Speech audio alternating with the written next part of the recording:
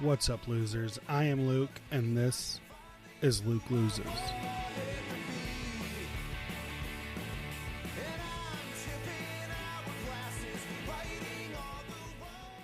Here we celebrate being a loser because we are losing the weight, we're losing the unhealthy lifestyle, and we're losing that negative image we have for ourselves. Please remember that I have no fitness or nutrition education. Everything I talk about here is from asking people questions, searching the internet, and my own personal experiences. Please check out my website. It is lukeloses.card.co. That has all my social media as well as other platforms where you can find this podcast. Please feel free to call the loser line. It is 323-920-LUKE. Again, that is 323-920-5853. Leave me a message or send me a text and I will read it or play it on one of my episodes. I look forward to hearing from you. The music that you are hearing right now is by Jake Simmons and the Little Ghost. Like I said last week, they are the best rock and roll band that you've never heard of. Their songs are available on Spotify, and you can buy their records, including vinyl, on bandcamp.com. I will link all their stuff in the description of this episode. Just a reminder, I'm doing the 25-pound challenge with my buddy. We are giving ourselves 3 months to lose 25 pounds, and whoever loses it first is the champion. I'm encouraging my listeners to send me in before and after pictures to get in on the challenge with me. And if you okay it, I will post it on my Instagram and my Facebook, and you can be one of Luke's losers. As for today's episode, I interview Rynlee. She is a certified health and wellness coach as well as a personal trainer.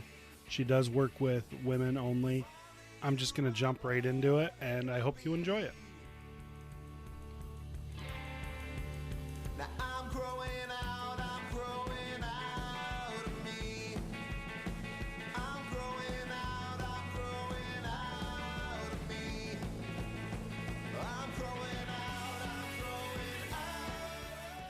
All right, so today I have the honor of interviewing Rynlee. She is a certified health and wellness coach, owner of the Wellness Warriors, and her Instagram bio says she's a gypsy. So, Rynlee, why don't you introduce yourself and tell us a little bit about your backstory?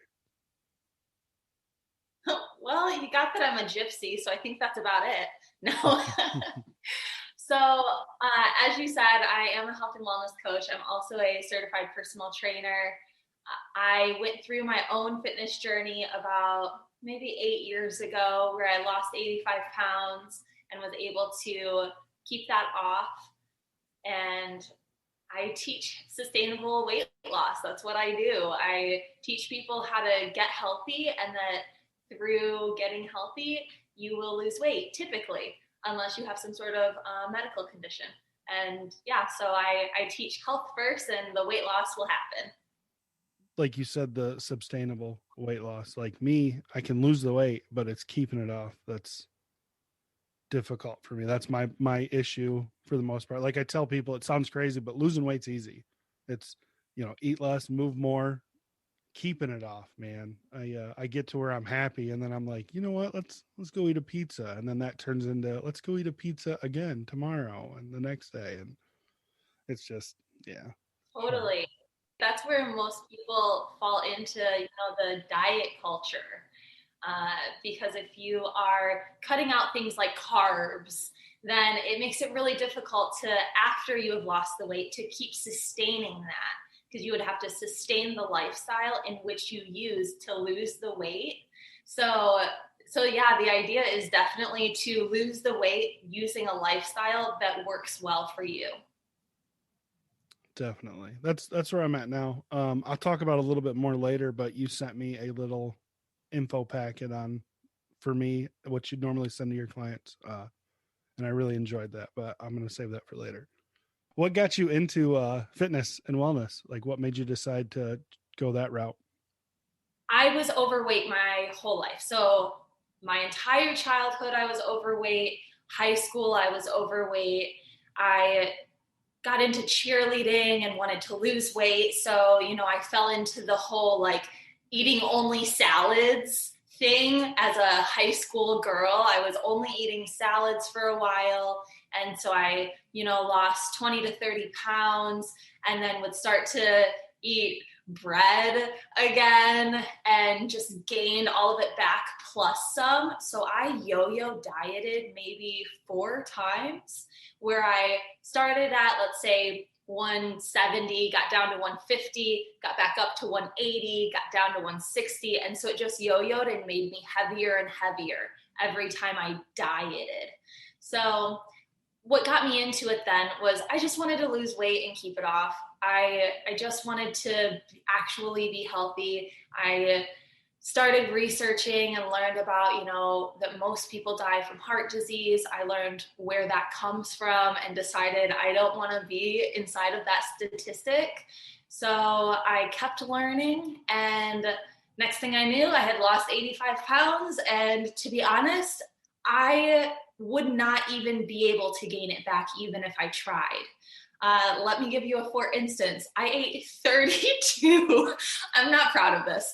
I ate 32 macarons yesterday. 32. Wow. So every so often, I still eat a lot of unhealthy food at one time, not quite as often as what I used to, but sometimes I do. Sometimes I still stress eat. And the thing that I learned that helped me the most was that stress eating might never 100% go away. And that's okay. You just have to not beat yourself up about it and then know that you're going to get right back to your healthy lifestyle later.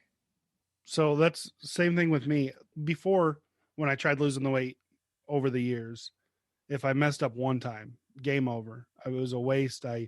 The 6 months, 8 months, year that I put into it is complete waste because I overate today. And that's ridiculous.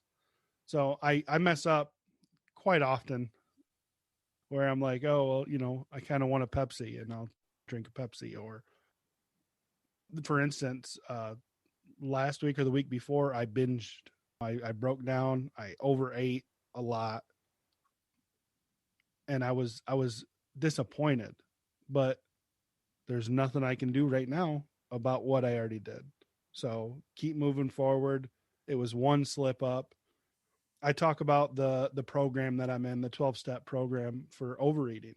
And I have a sponsor, and I was talking to him, and he was like, you know what? Just don't stress about it.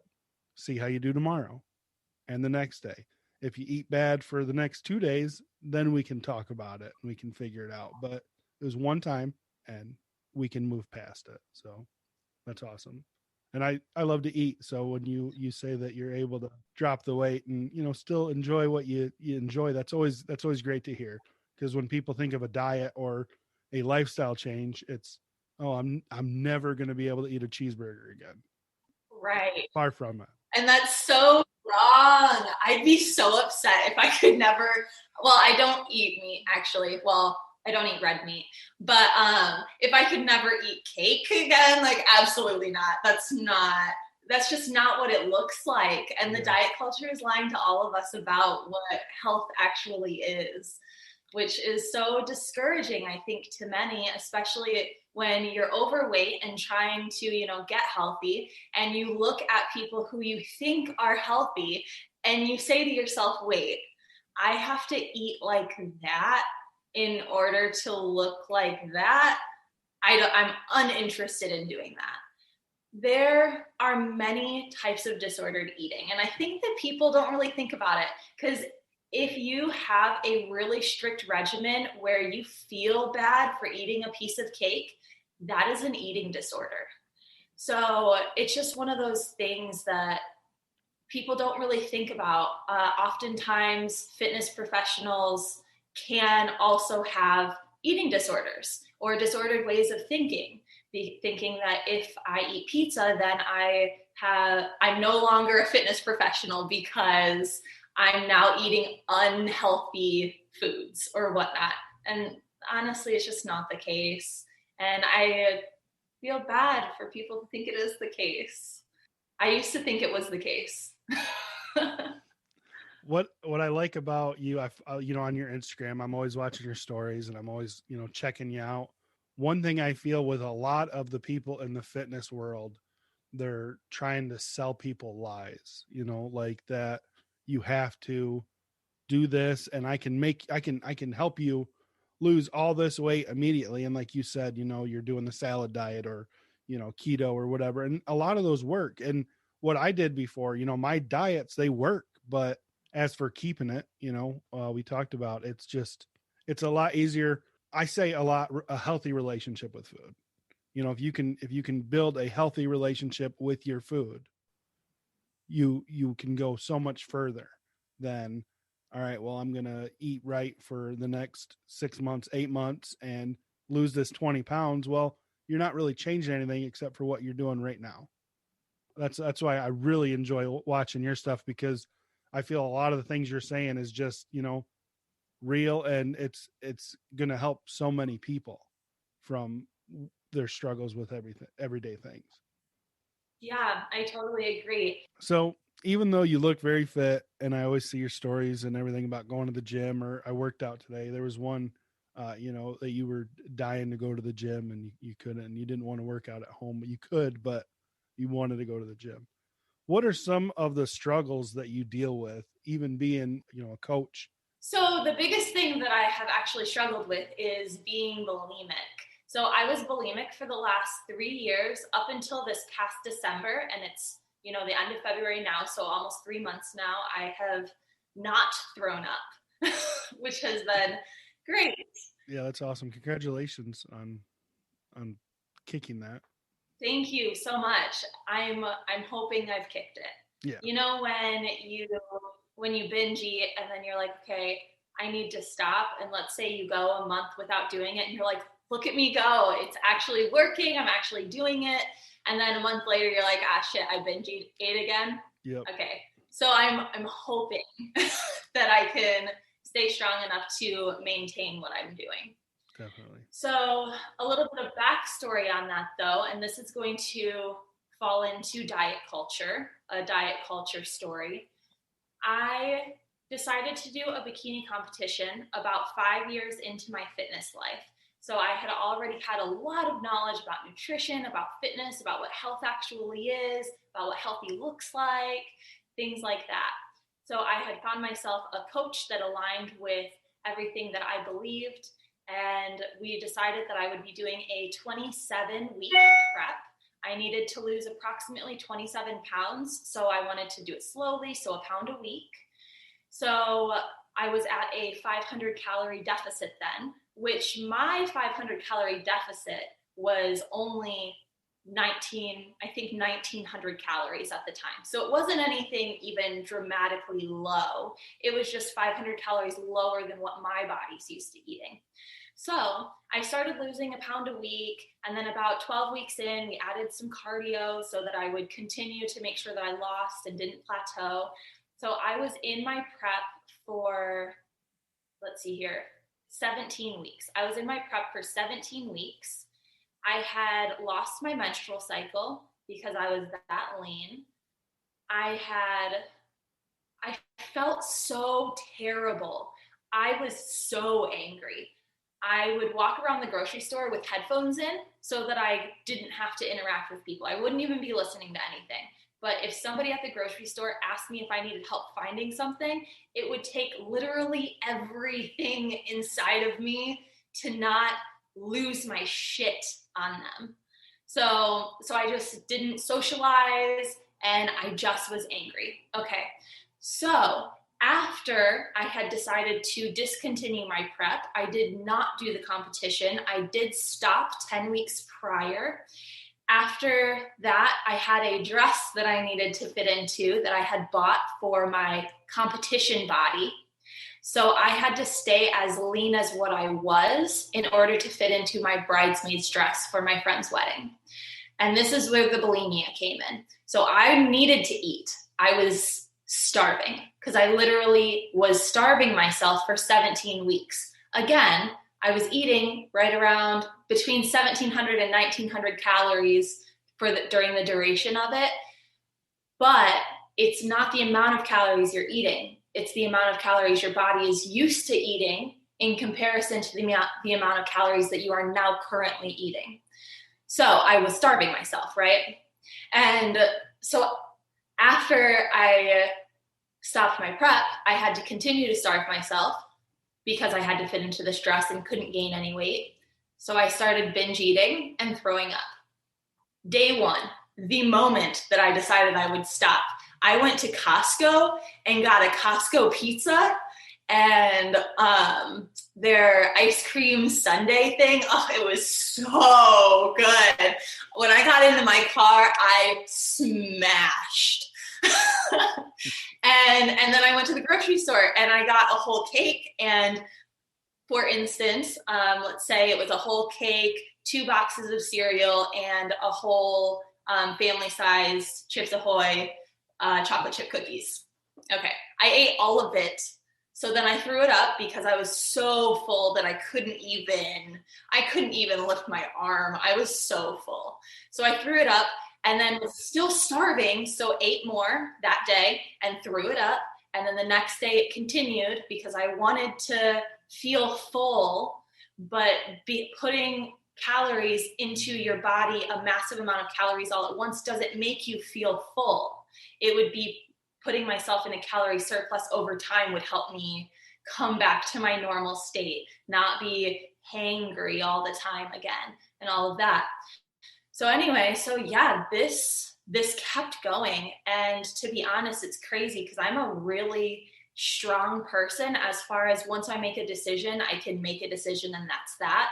I smoked for 5 years. I quit smoking cold turkey. It was fine. Never looked back. Bulimia was way different. Having an eating disorder is way different.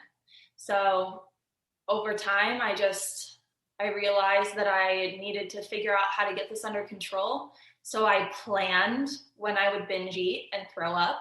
And so once a week, I binge ate on Saturdays and threw up. And it kept me from doing it for the rest of the week, you know? So even though it feels like a failure because I'm still doing the bulimic thing, over time, me giving myself permission, it made me not feel bad about doing it. And then it made me feel really good about the fact that I didn't do it all week. Right. And then had the, I'll say it's an opportunity to be able to do it on Saturdays. That's what helped me. So now I am binge free and throw up free for the last 3 months. And that's great. And that was a really long explanation for the biggest thing that I have had to overcome. Well, it's great that, I mean, it's hard. It's terrible to say it like that, but it's nice to see somebody who is into fitness is also a binge eater. You know, it's not, so it can give people an opportunity to see that it's not just every fat person binge eats or, you know, every skinny person throws up. You know, it shows that everybody is different and everybody is able to have a food disorder. It doesn't pick and choose. Totally. And fun fact, most people have a food disorder, even if they think they don't. Do you think about food all day? Food disorder. Do you count your calories? Food disorder. Are you worried about your macros? Food disorder. Will you not eat that cake? Food disorder. Do you judge other people for what they're eating? Food disorder. You know what I mean? Yeah. So most people have some sort of disorder around eating. It's just, which one do you have? Yeah, right. That's really interesting. I never really thought of it that way. Like, yeah. You know? Yeah, that's crazy. And it's extra interesting because especially like fitness professionals, they might demonize certain disorders, but then they're over here advocating calorie counting. Okay, that is an eating disorder that is no better or worse than being anorexic. That entire frame of mind is created equal, all of it.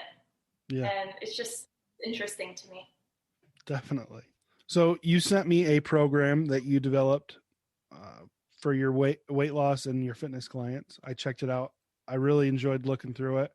I love the little notes that you put in there, like a gratitude list or your wins for the week.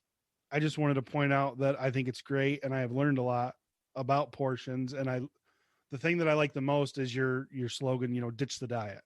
Like that's awesome. And that's one thing I think people are most afraid of with fitness is that term diet. It is scary, to think about it. So I really appreciate you sending me that over. Yeah, no worries. And it is scary to think about. And even as a fitness professional, I hear the word diet, and the only thing that I think about then is, oh, diet. Let me just come over here, eat these cookies, and throw them up then. Dieting just promotes eating disorders. It just does. And if you didn't have one before, if you go on a diet, you now have one. Right. And it's hard to get around once you have one. It is something that you have to then uphill walk and overcome. And it doesn't just go away overnight.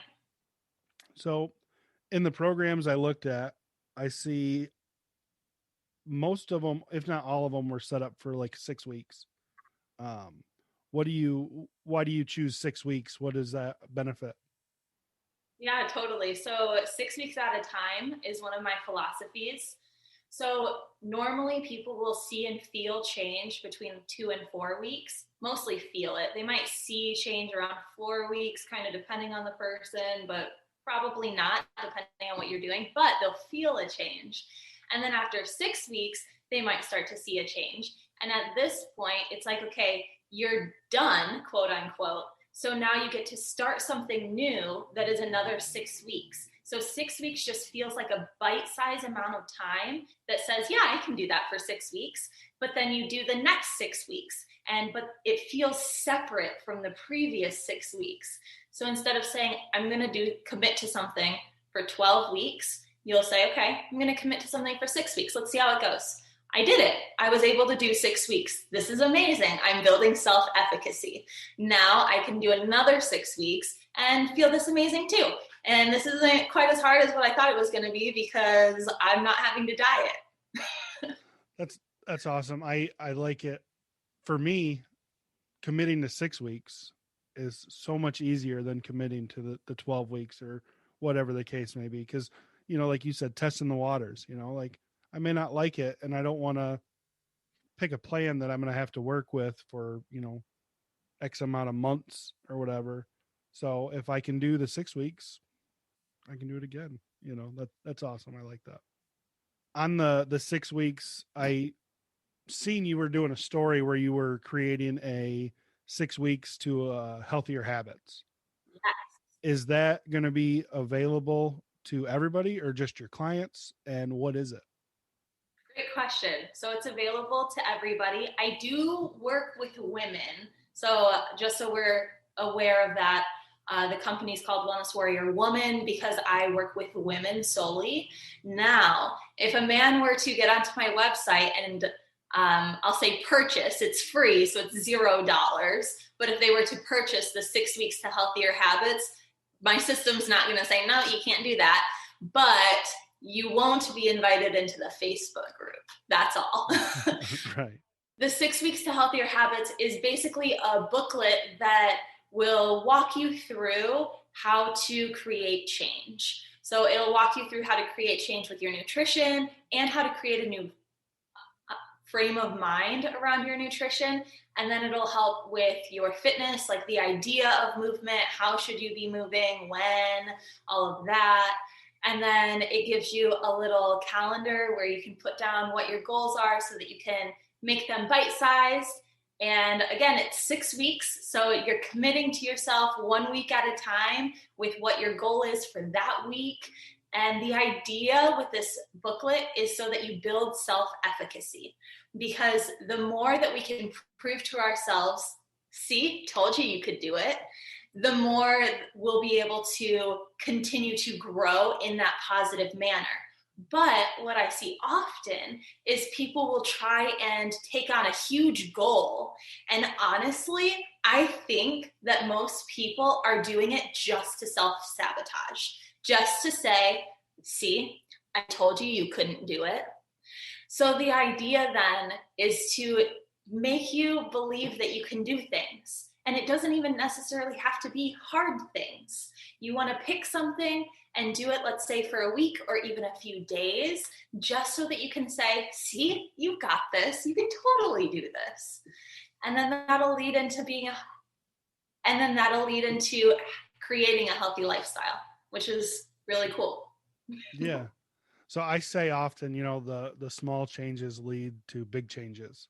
So it's cool that you said that. And you brought up the goal setting and, your goals and stuff. And I did an awesome interview with our mutual friend, Mark Lapham. And it was the whole episode on goal setting. So it's pretty interesting. So if anybody hasn't listened to that, go check that out because it can help you with what we're talking about now. Awesome. So on your website, wellnesswarriorwoman.com, I was checking out your programs and I think it's great. I love the program that you have that's body weight and then the resistant bands, because one thing, again, that is scary to people is they don't want to spend a lot of money on, fitness. They don't want to, break the bank buying gym equipment or going to the gym. So I love body weight exercises and resistant band exercises because it's, body weight's free and resistant bands, you can pick them up anywhere for next to nothing. So that's awesome. And also I love the bride to be challenge. I don't have that experience. I don't know, but I've heard a lot of stories where a girl's like, well, I'm about to get married. I need to lose this weight, or I need to, I want to fit into my dress or do this and that. So I think that's awesome that you cater to that specifically. Thank you. Yeah, so I decided to create a bride to be challenge because I am also a bride to be. Oh, wow. Congratulations. Thank you. So my wedding is in June. So because I'm a bride, I decided to create this program because I was on all the bridal pages and would see people asking, what are you guys doing to lose weight for your wedding and things of that nature. And I'm like, okay, if I can help you stay away from diet culture and come join my tribe while you're looking to lose weight for your wedding, I will change your life. So I created then a program that's specifically for brides, even though anyone could do it. It's great for everybody, but brides like to see things that say the word bride on them. Yeah. So that I could just talk to these women and say, hey, I have something for you. And it's not a quick fix. It's not a diet fad, diet culture sort of thing. It's still exactly what I do. I'm teaching you how to move better. I'm teaching you how to eat better. When you get healthy, your body loses weight. And that just is what it is. So I'm still not necessarily promoting weight loss for the bride program, but with it saying that it's a bride program, people will automatically assume that it's weight loss, which is great. That's totally fine. When you get healthy, the weight loss comes. Yeah, that's where I'm at with my journey is I want to lose the weight. That's the plan, is to lose 170 pounds altogether. But I want to be a healthy person because I can lose weight eating McDonald's. I can lose weight, eating junk food all day long and not exercising. But I want to start eating healthier, make healthier options, and working my whole body. I want a healthy heart. I don't want to be the guy that lost all this weight, looks good, has a heart attack at 50. I want to have a healthy body, mind, soul, everything. That's great. I think that that's so great for you. I'm really excited for you to continue to achieve this goal. Like it's so good. Thank you. I appreciate that. You're welcome. So, what is one piece of advice that you can give somebody struggling with getting healthy or losing weight? One day at a time. You don't have to think about tomorrow. Tomorrow doesn't actually come. Think about it. When is the last time that tomorrow was today? It's never been that way. Tomorrow is tomorrow. And so the only thing that we can control is today. And the only thing that we can control is right now, this moment. The things that are coming out of my mouth right now is the only thing that I can control right now. What I just said was now in the past. I can't change it. I also can't change what I do in the future because it hasn't happened yet. I can only change what I'm doing right now. So if I were to decide to go and eat another 32 macarons, which maybe I will, that is my decision. I decided that as a human. I cannot beat myself up over making that decision that I'm making right now. And I cannot beat my past self up over a decision that I made then. I also can't hold my future self accountable for what my current self is wanting. All I can do is be right now who I am and make the decisions that I'm making right this second. And that's it. That's great. I like that. So when you and I spoke before, we did a Zoom call. We talked for a while. I was talking with how I struggle with my self-image. Do you remember that conversation? I do. It was a while ago. So if you don't, that's fine. I do remember. I told you over the years that I talk bad about myself and I kept bringing myself down. So like, I'm too fat, or, you're, never going to be happy, or, whatever. You might as well throw that old shirt out that you loved because you won't fit it. And over the years of doing that, I started to believe that. And that was my outlook on things. So what I've been trying to do is every day, even though I'm not a fan of the mirror, I look in the mirror and I say, like, your beard looks good today, or, whatever the case may be. I'll say something that I like about myself or even love about myself. And I don't say the same thing 2 days in a row. And you brought up something about the brain creating like pathways or something. I can't remember exactly the saying of it, but can you explain that? So think of your brain like a hiking trail. There are many different routes that people hike on these trails, but they're hiked over and over all the time. So your brain is like this. Your brain fires over and over in the same direction every day. So you might notice that you have the same thoughts today that you had yesterday, because that's the path in which your brain takes, because that's the path in which you have created. It's the beaten path. So what is difficult is creating new pathways and new thought processes. So it's like when you're hiking, if you were to veer off of the trail and start walking through the woods, you might have to, cut down some trees and cut down some bushes to even be able to get through that path because it's so overgrown.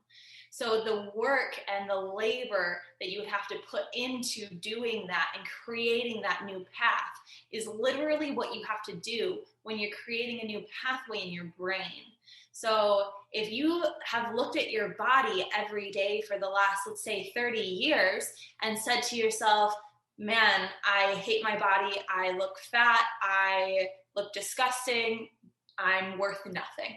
If you are saying this to yourself every day, it is going to be very difficult to be learning that you need to have better talk to yourself and then actually making yourself have that better talk and believing it is very difficult, and it's supposed to be, and it's okay.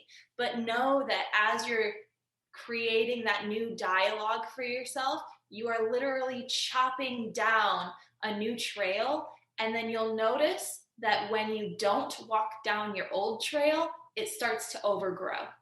So over time, you will create this new pathway that you'll never return to your old ways because that trail is now overgrown, and you would have to do the exact same work again, only in a negative way, in order to be able to chop down that trail again, the one that you had once walked. So now you've created a whole new pathway, and your brain will continually fire down that pathway because it's the easiest pathway now to be firing down. So some people, it takes a few months. Some people, it takes years. It really depends on the person to how long it takes for you to create a new pathway. But know that once it's created, it's there and it's not going anywhere. So this can relate to even a healthy lifestyle, because I led an unhealthy lifestyle for most of my life. And then, I sat the pizza rolls down and picked up a carrot and was like, first of all, I was like, what the fuck is this? And then I had to learn to like it. Right. And then over time, I did like it because I was chopping down that new pathway. And now there's not even anything to go back to. Sure, I love eating macarons and cake. It's great. But will I, eat that every single day like what I used to, I won't, because it's not the pathway in which my brain wants to travel down anymore. So yeah, that was the example that I had said to you. Awesome. I love that. I tried explaining it to my wife and my friends. I couldn't figure it out right. Like I was like, well, she said this, she said that. So I'm glad I got it on recording now. So thank you. Yeah, you're welcome. All right. So I want to go into one more thing. I want to talk about, since I brought up the body image and whatnot.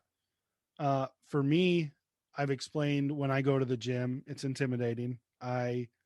If somebody's on a machine next to me, I won't choose that machine. I'll try to find one where it's secluded and nobody can see me, essentially.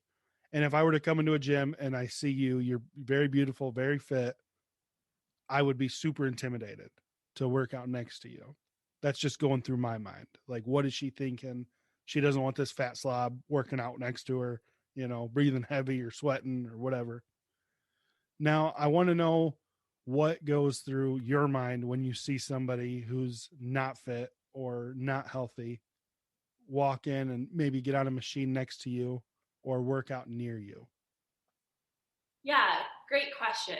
So there's a couple of things. The first one, I hope you guys don't take offense to this. I probably don't see you because I'm there to work out.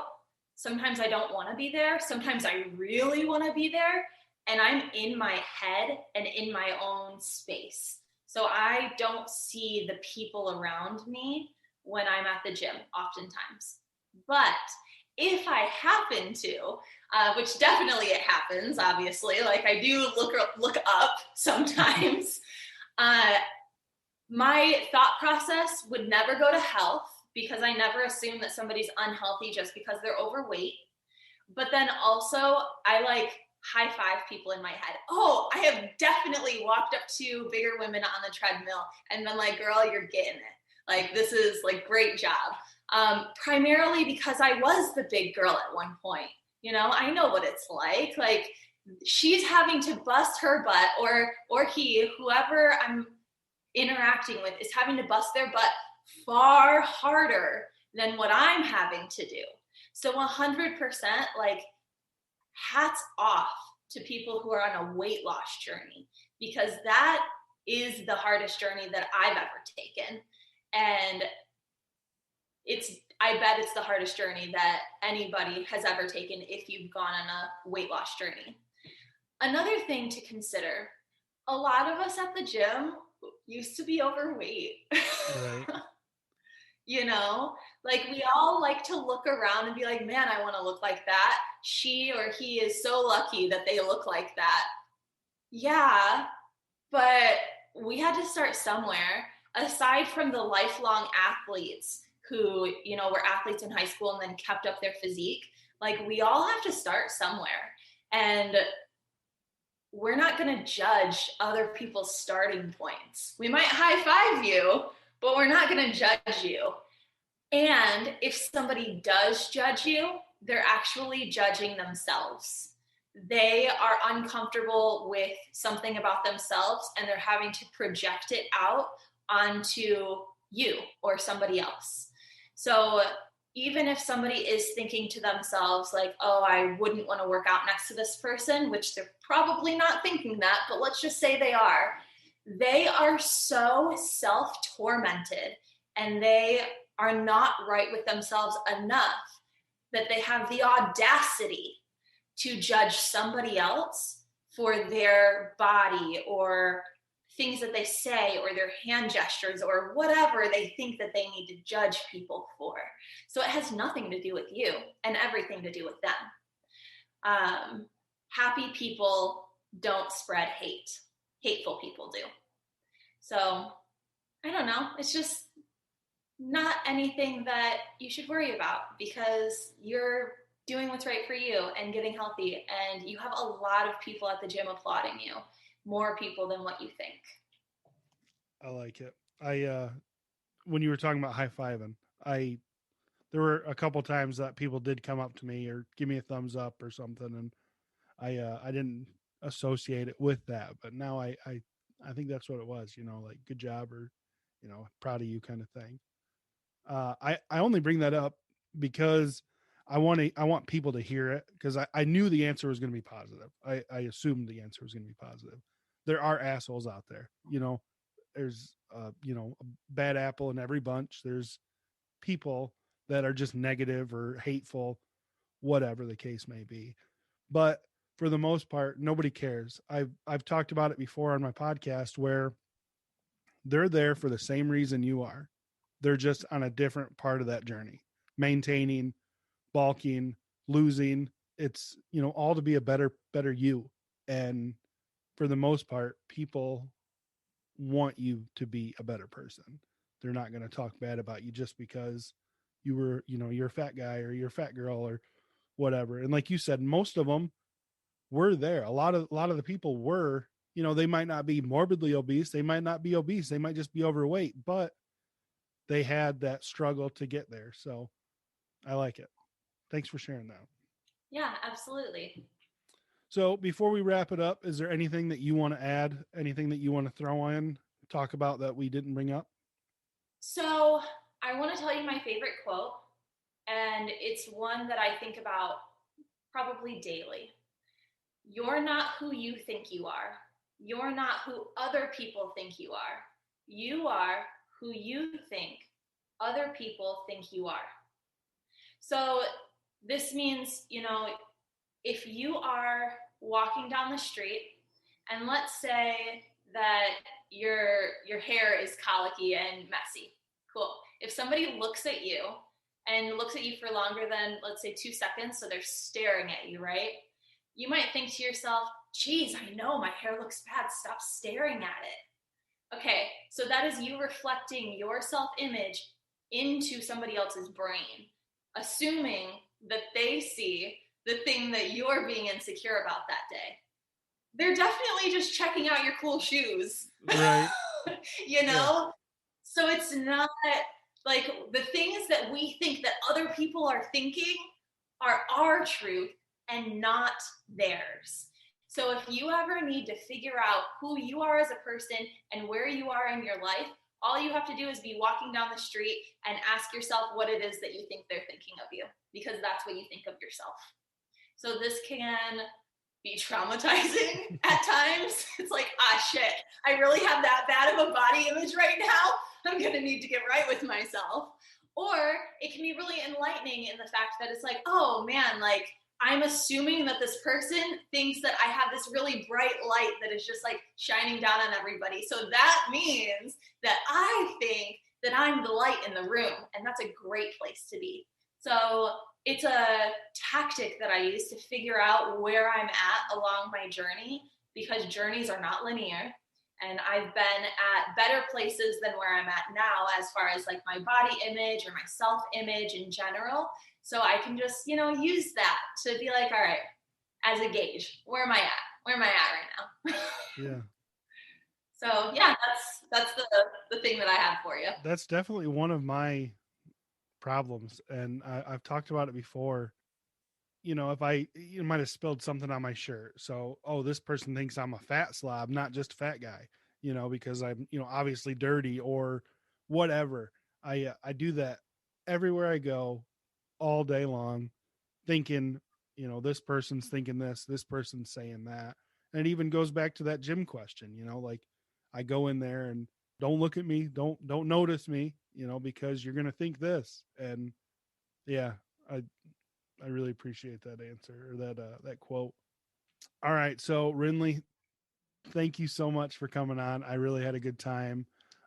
If you would, tell us where we can find you, website, Instagram, Facebook. I know you got TikTok as well. If you want to throw those out, I would love to hear them. Okay, so the company name is Wellness Warrior Woman. So you can find me at www.wellnesswarriorwoman.com. You can contact me through there. I also have, as Luke said, a TikTok, Instagram, and Facebook. So you can find me on Facebook at Woman Wellness Warrior. That's my professional page. You can find me on TikTok at Wellness Warrior Woman. And then you can find me on Instagram at underscore wellness underscore warrior underscore woman. Awesome. I'll put all those in the description as well, this episode, so people can find you. Again, thank you so much for coming on. I really enjoyed it. Had fun talking to you. You make it really easy to have a conversation. Like you're fun and bubbly personality. I really enjoyed it. So thank you for coming on. Absolutely. It was my pleasure, Luke. Thanks for having me. Well, that was my interview with Rynlee. Thank you so much for coming on. I had a blast talking with you. Thank you for sharing your knowledge, your experience, and your story. If anybody's interested in following her, I'm going to drop all her links in the description of this episode. Go to her website, wellnesswarriorwoman.com. We're going to hop right into my weigh-in. So it is early again. I have been trying to eat cleaner than I have. I was just trying to stick within my calories, and I'm not happy with the way that I've been feeling. So I still feel a little gross at times. So I'm just trying to cut back on the less healthy stuff and eat some things that are better for me. So let's just jump on the scale.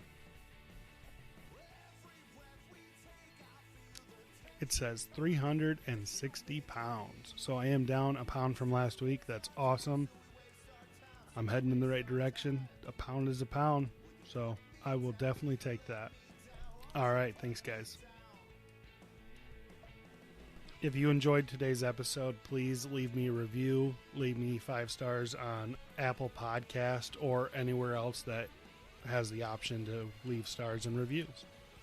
And if you listen on the Spreaker app, please leave me some comments. Leave me a like on there. I would really appreciate it. I love hearing from you guys. Again, my website is lukeloses.card.co. That is CARRD.co. It's got all my links to social media, my email, and other platforms you can find this podcast. You can also call me at 323-920-LUKE. That is 323-920-5853. Leave me a comment, send me a text. I really look forward to hearing from you. Whatever it is, I'd be happy to hear from you. As for my music, Jake Simmons and The Little Ghost, please check them out on Spotify and Bandcamp.com. Also Facebook, Instagram, all the social medias. The song that you are hearing now is called Out of Me, so if you like it, go give it a download. I would appreciate it. They would definitely appreciate it. So, yeah, thank you. I can't stress it enough how much it would mean to me if you shared this podcast, this episode. Tag me on Instagram, whatever. I would appreciate it so much. So, that is that. As always, stay positive, do the work, trust the process, and I will see you next week.